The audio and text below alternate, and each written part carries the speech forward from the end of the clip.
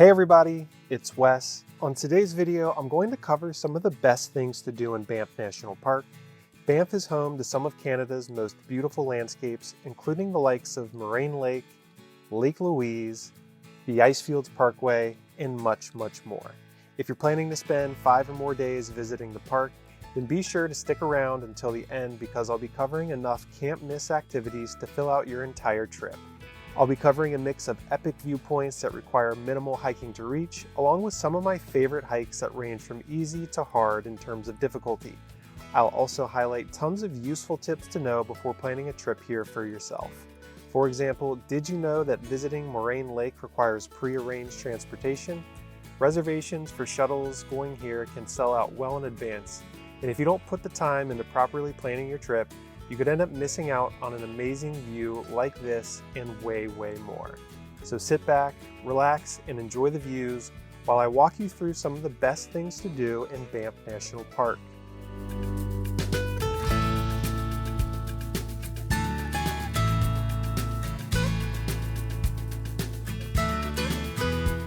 For those of you who don't know, Banff National Park is located in the Canadian Rockies of Alberta, Canada. If you're flying into the area, the closest airport to get you here will be Calgary International Airport, which is about a 90-minute drive from the town of Banff.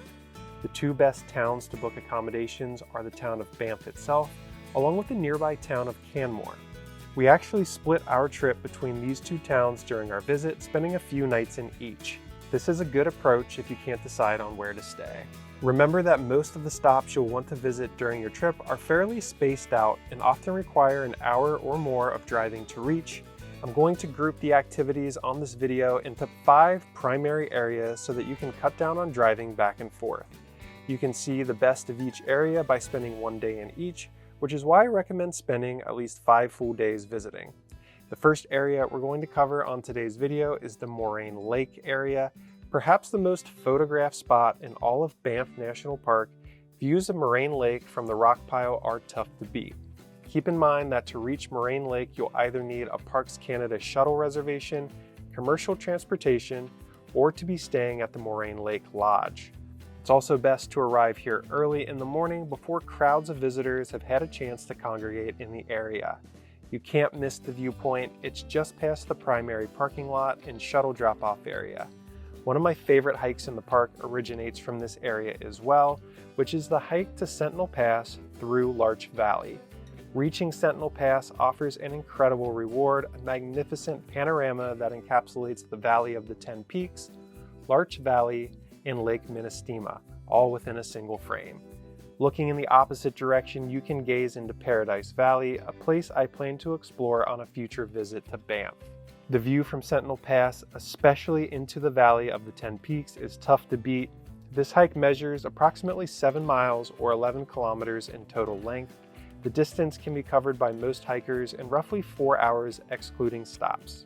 But I'd budget an extra hour for stops near Larch Valley, Ministima Lake, and atop Sentinel Pass itself.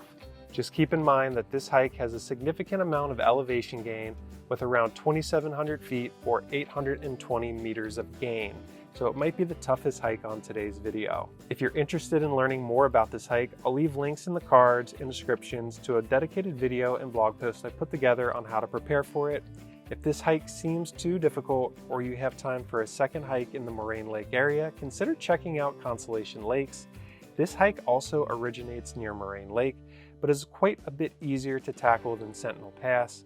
For this reason, it also makes for a good first day hiking option as your body acclimates to the altitude in the mountains. The round trip distance is a manageable 4 miles or 6.4 kilometers, and there's less than 1,000 feet or 300 meters of elevation gain. You'll cross a large field of boulders before hiking uphill along Babel Creek. Keep an eye out for paths that spur off from the main trail and lead you down to the creek as you hike. It's a really nice place to stop for a break or photo op.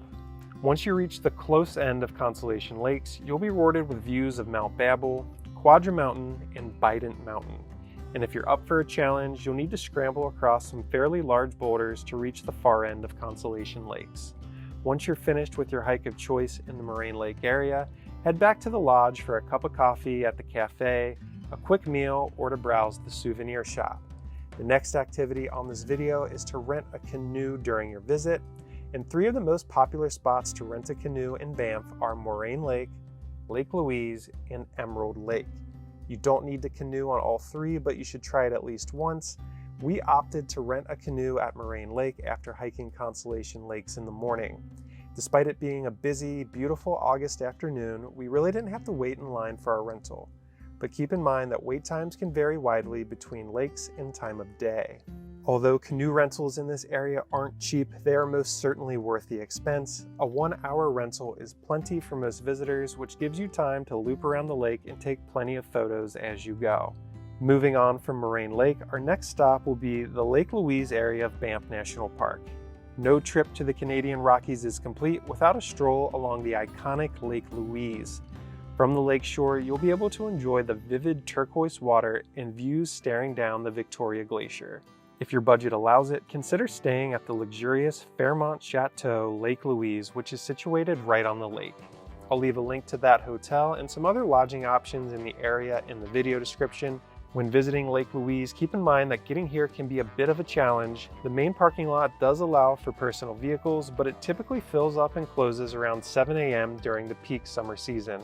Arriving this early has its perks, since you'll be able to take in the lake before the crowds show up and get an early start on one of the great hikes that originate here. My favorite hike in Banff originates here, which is the Big Beehive. If you only have time to do one day hike during your trip to Banff, this should be the one. There's tons of great scenery along the way as you'll pass Lake Louise, Mirror Lake, and Lake Agnes. You can even stop for tea at the Lake Agnes Tea House along the way, which is another one of my can't miss things to do during your trip. Not surprisingly, lines here can become extremely long by midday. If you're hoping to enjoy some tea, it's best to get an early start, or you could end up waiting for nearly an hour to get your drink. The tea house makes for a great pit stop before starting your final ascent of the Big Beehive itself. Once you reach the top, you'll be rewarded with the best views of Lake Louise in the entire park. The Big Beehive hike clocks in at a moderate 6.7 miles or 10.8 kilometers and has about 2,300 feet or just over 700 meters of elevation gain according to all trails. I've put together a dedicated guide covering that hike as well. If you're planning to attempt this hike yourself, check out the link in the cards or video description for more information.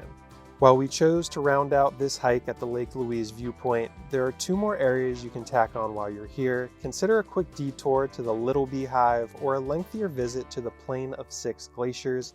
These can be done as separate hikes if you have more time in the area, or combined with the Big Beehive to create a giant loop through the Lake Louise area.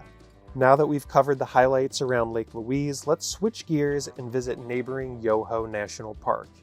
Even though it doesn't technically fall within the Banff National Park boundaries, this is an area you can't miss during your trip. Yoho National Park, located in British Columbia, is home to Canada's second tallest waterfall, Canoe Falls. Some travelers will make the big mistake of not spending any time in Yoho simply because it doesn't reside within the boundaries of Banff National Park. Don't be one of those people. Also know that Canoe Falls is extremely accessible for all visitors. Once you park, you'll find a short path leading you across the Yoho River and up close to the falls. If the conditions are just right, you might even be able to see a rainbow forming near the base of the falls. The waterfall is tucked into a pretty remote area of the park. Don't be surprised if you don't have any cell signal here, and your GPS might even struggle to update. It isn't a bad idea to pick up a map in town or to download some map images to your phone just in case you can't use your GPS during parts of your trip. After visiting Canoe Falls, head over to nearby Emerald Lake. There's a really nice and easy nature loop that wraps around the lake, along with a cafe set out on the water. And if you're a fan of cold plunges, then make sure you try taking a dip in at least one of the lakes in the area. We chose to swim in Emerald Lake during our visit, and yes, while the water was freezing cold, it was incredibly refreshing to hop in the mineral-rich water and swim around. Emerald Lake and Moraine Lake are the 2 best options for this activity, so make sure you pack a swimsuit and take an icy dip at least once during your trip. After swimming in the lake, consider stopping by at the Natural Bridge or Spiral Tunnel Viewpoint on your way out of the area, which we did have to skip unfortunately due to time constraints. The Yoho National Park Visitor Center is located in the nearby town of Field, which is also home to some cool shops and restaurants which are worth checking out as well.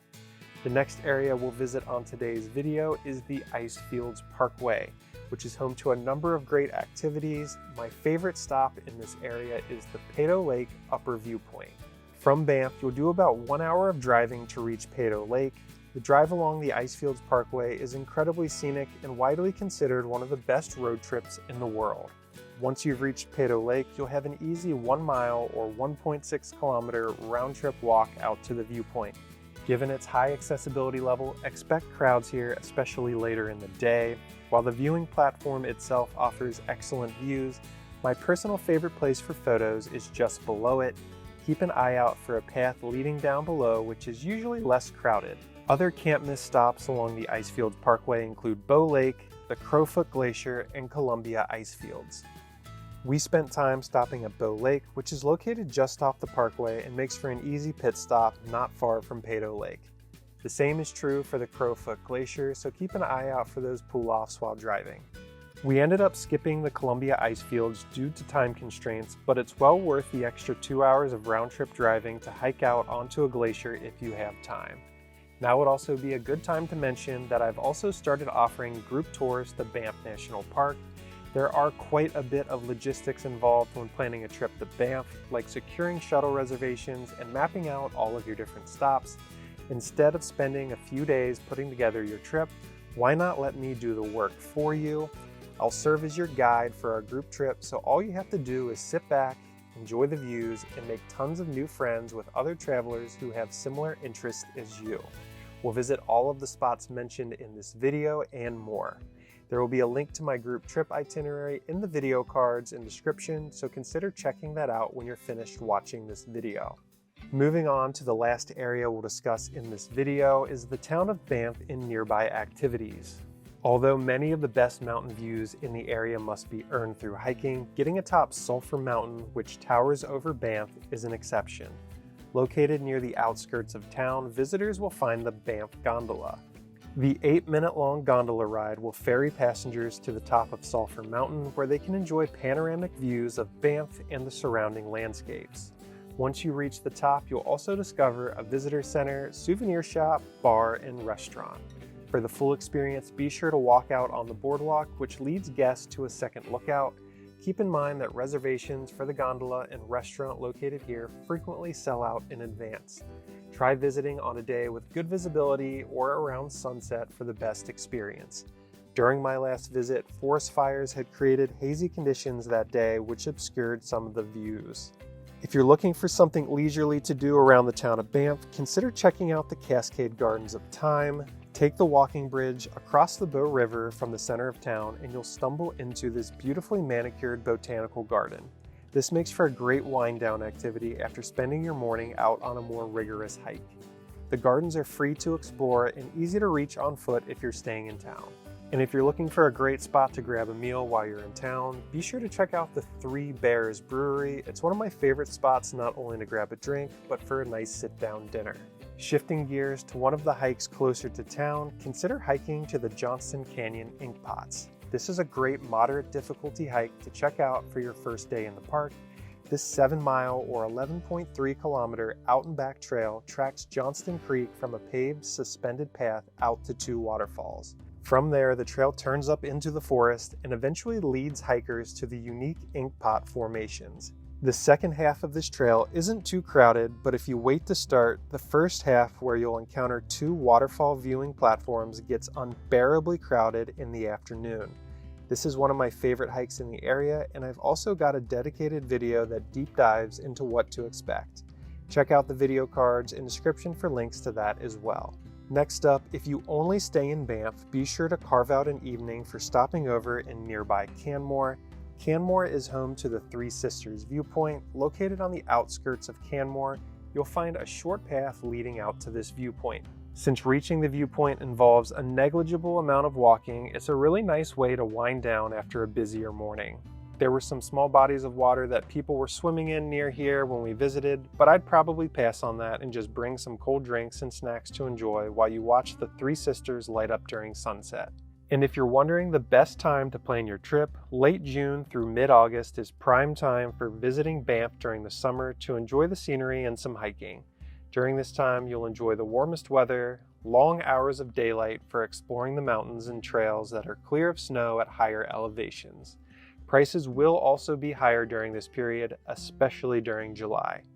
September is another great month to visit Banff for outdoor and hiking related activities. The weather will be cooler but still pleasant, and you should be here before the snow starts to fall. Consider this a good shoulder season month to visit. I would also suggest spending at least 5 days in Banff National Park.